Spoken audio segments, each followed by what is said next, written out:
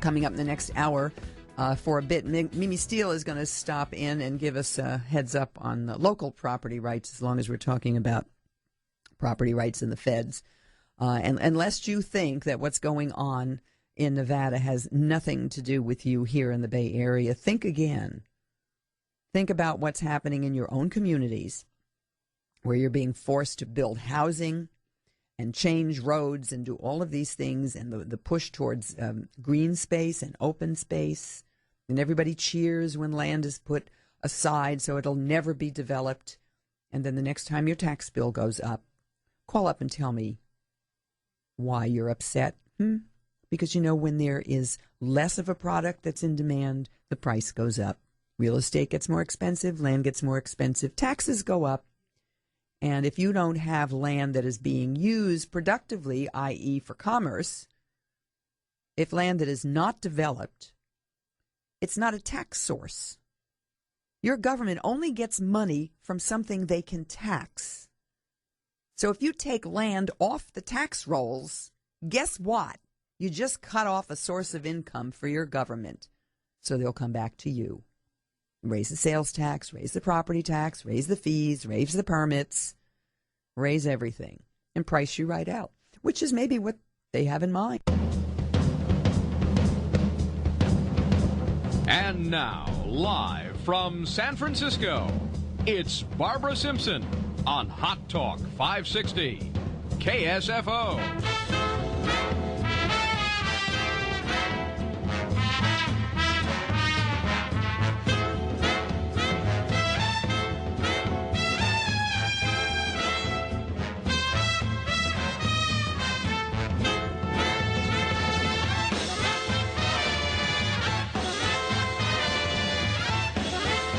Hour number 3 right here on Hot Talk 560 KSFO. Barbara Simpson is my name, the babe in the bunker, right here on KSFO, Saturdays and Sundays from 4 until 7, 808-5600. It seems as though everything we're talking about has to do with the Constitution and property rights.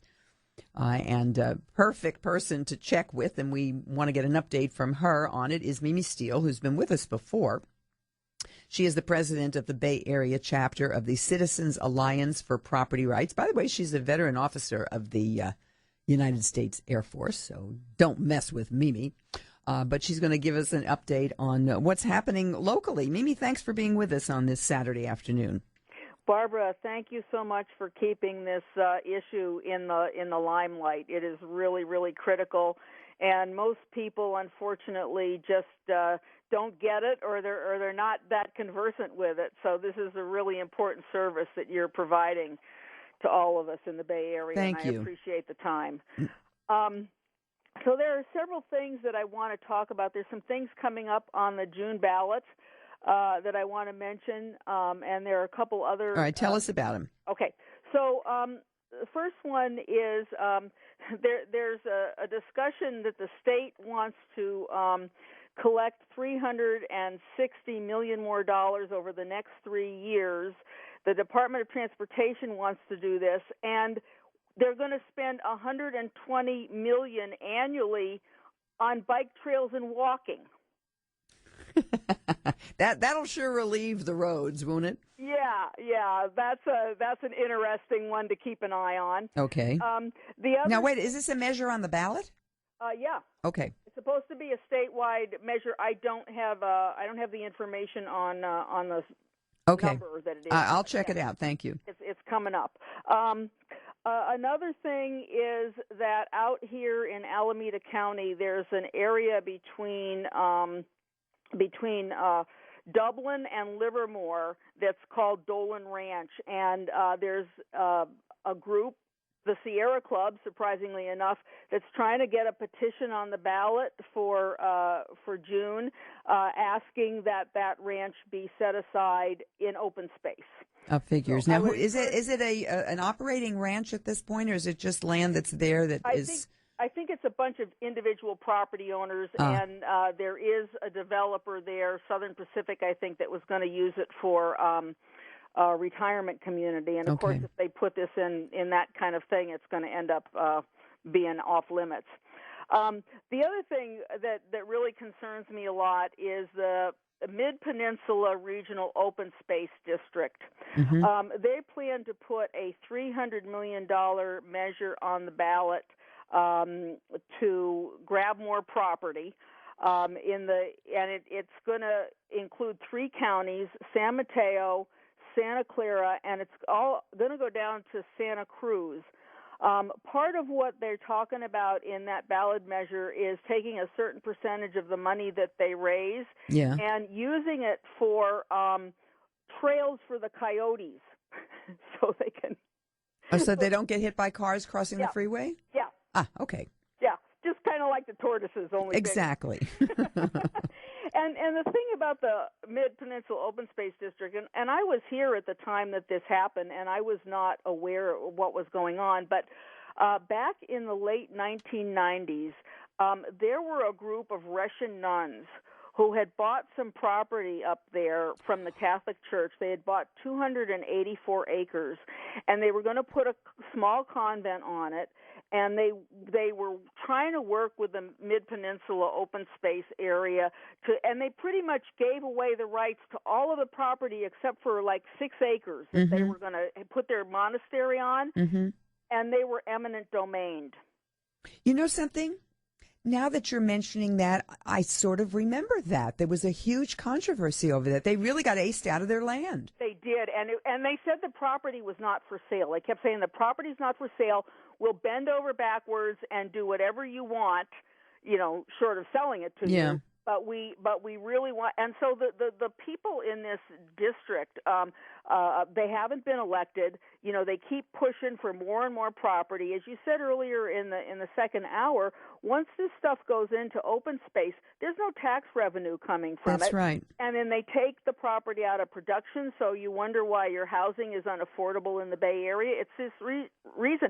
But the real interesting thing about the nuns, and I think that the really sad piece of this, the saddest piece, is that this order of nuns had their land taken from them when they were in Russia. They were Russian Orthodox. So when the Bolshevik Revolution happened, they had their land stolen, their nunnery stolen. So they moved to China. Mao came along and took their property. And they moved to San Francisco and bought this land. It actually had been originally the Catholic Church had owned the property. And they bought the property from the Catholic Church, and they were kicked out of their property in the United States of America. And I think that is such a tragedy. Do you know what happened to them? Yes, they're in fact, I'm in contact with them. They're in north of Sacramento. Now, do they have a convent up there? What is their situation? Yeah, they have. They bought some property away, but it wasn't what they wanted. Yes, they were forced into moving. Isn't that outrageous? And thank you for mentioning that. So many things have happened over the years, and I've been doing the show for such a long time that you tend to forget about these small things, but they're not small things. They're big things to the people who were involved with it.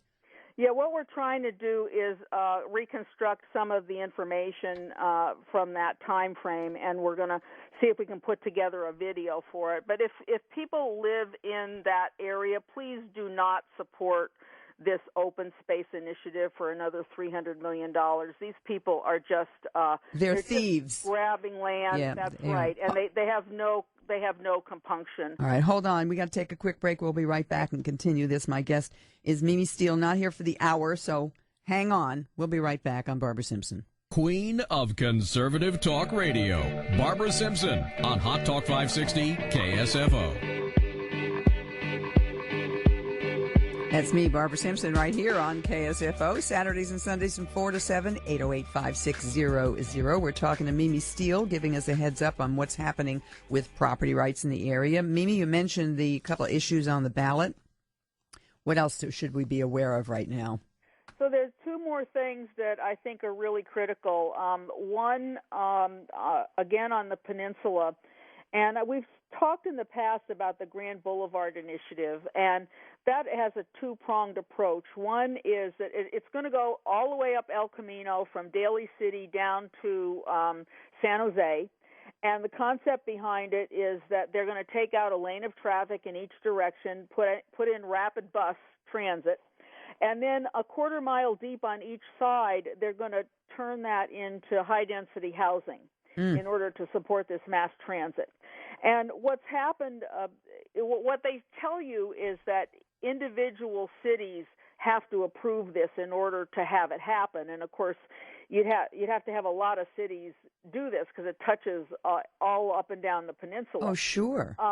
But what I think is going to happen, and this is really driving me nuts, is that people turn this down. Mountain View has turned it down.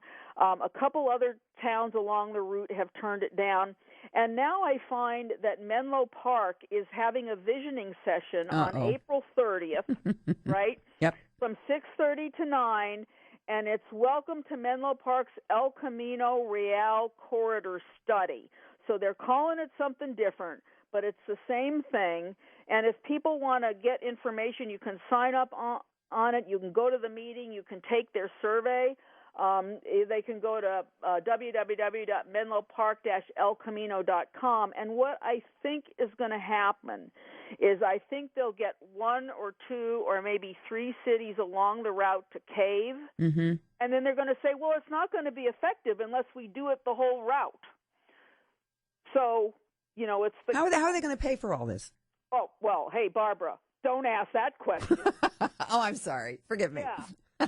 How dare you ask that question? Yeah, it just happens. But in the meantime, they are paying consultants hundreds of thousands of dollars. I mean, there's behind every one of these things, there's a consultant involved. It's astonishing. Every time I read something in the paper where they're arguing over something, whether it's for a school board or whether it's for something like this, it's the consultants. Man, that's the business to be in today, I'll tell you. It is, and that's your tax dollars.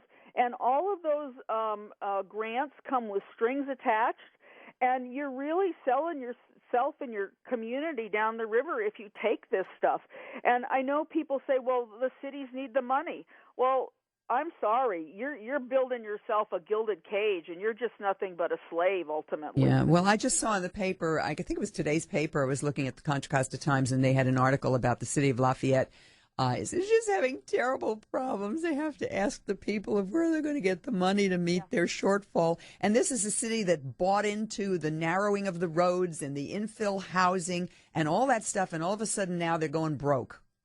Yeah, surprise, surprise. Yes, you never get the money it's going to cost to implement the program completely. Yeah. And so they just give you a little feeder money. It's kind of like an animal trap. You put the meat down and the sheep, it's the true. animal walks towards the trap, and you get him in the trap and you close it, and then all of a sudden it's a couple $2 billion more. That's right. And you're stuck. It's sort of like the bridge, which we're going to talk about tomorrow, which every time you turn around it keeps costing more money. We have to take one more quick break, and we'll be right back with my guest right here on KSFO, and we'll get a phone call in, too, as we continue right here on KSFO.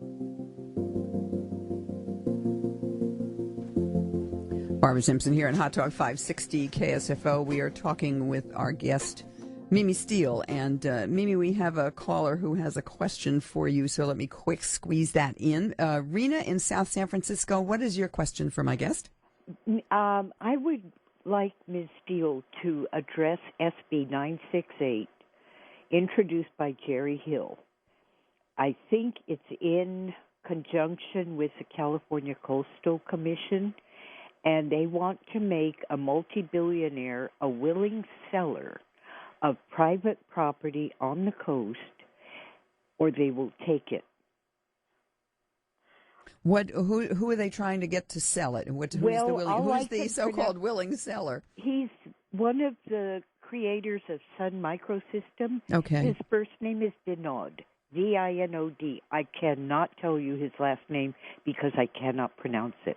Okay. But he is a multi-billionaire. He bought this property, which includes a cove, and an ex-sheriff, Don Horsley, says it's not right that he and his friends can't go there anymore.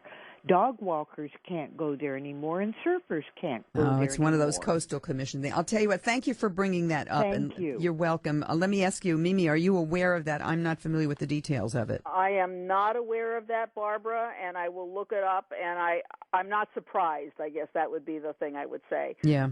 I do have one more topic that I wanted to bring up. Okay, real quick. Priority conservation areas. This is another land grab.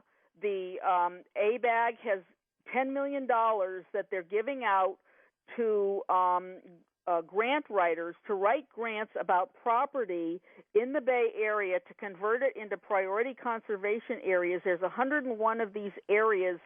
They don't tell the owner of the property that they're doing this. We have a lady whose property is right in the middle of one of these things, and people are writing grants to take her property. What very briefly for folks who don't know, what is a priority conservation area? If I have a piece of property and it's in one of those, what does that mean? That means you're at risk of losing it or having it so severely restricted that you can't live on it. So in other words, they will tell me what I can and can't do with it.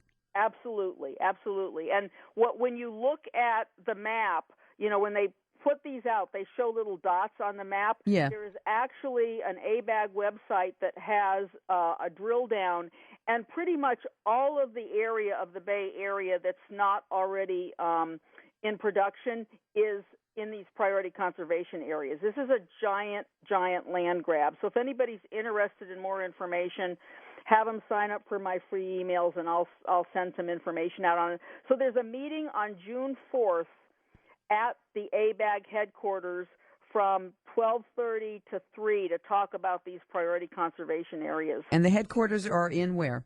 They're in Oakland. Oakland, okay. Yeah, June downtown 4th. Oakland. Now, if people want to get in touch with you for your free email, how do they do that? They can go to bayarealiberty.org and sign up. There's a sign-up sheet right there, or they can email me at sfinfo@proprights.org. sfinfo@proprights.org?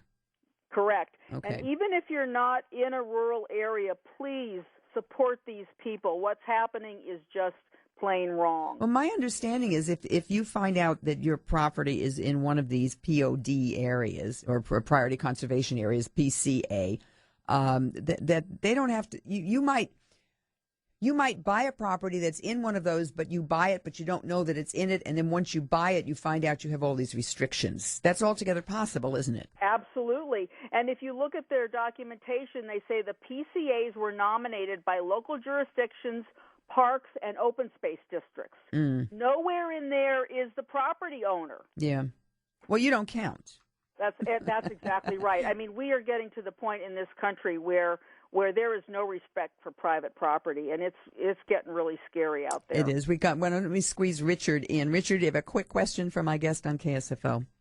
Oh, hi, Barbara. Hi. I don't know if you're aware of this. You were discussing the bus rapid transit lane up and down the peninsula. There is one in design development right now for the city of Oakland, running from San Leandro almost up to Lake Merritt on International Boulevard. Are you familiar with that, Mimi? No, I'm not, but I'll look into it. Yeah, it's ongoing. AC Transit, they've got a budget right now about $180 million. They're way over budget, and they're about 9 months behind schedule at this point. They are potholing for utilities right now, but it's a slow start. But it's going to happen. Well, I know that what happened last November election is we helped defeat a ballot measure that was going to raise the sales tax in order to fund AC Transit. Mm-hmm. And so they're going to bring that up again in this coming November election. So I'm sure they're blowing a lot of money on this project, and they need to be backfilled. No question. Well, Richard, thank you for bringing that up, and knowing Mimi, she'll check it out and give us updates on that, too. There just seemingly is no end to your task, but I want to thank you for doing what you do.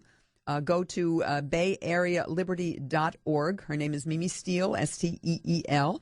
And Mimi, thanks for being with us on this day before Easter, and happy Easter to you. Thank you, Barbara. We'll talk again, no doubt about that. I'm Barbara Simpson. We'll take a quick break, and we'll be back right here on KSFO.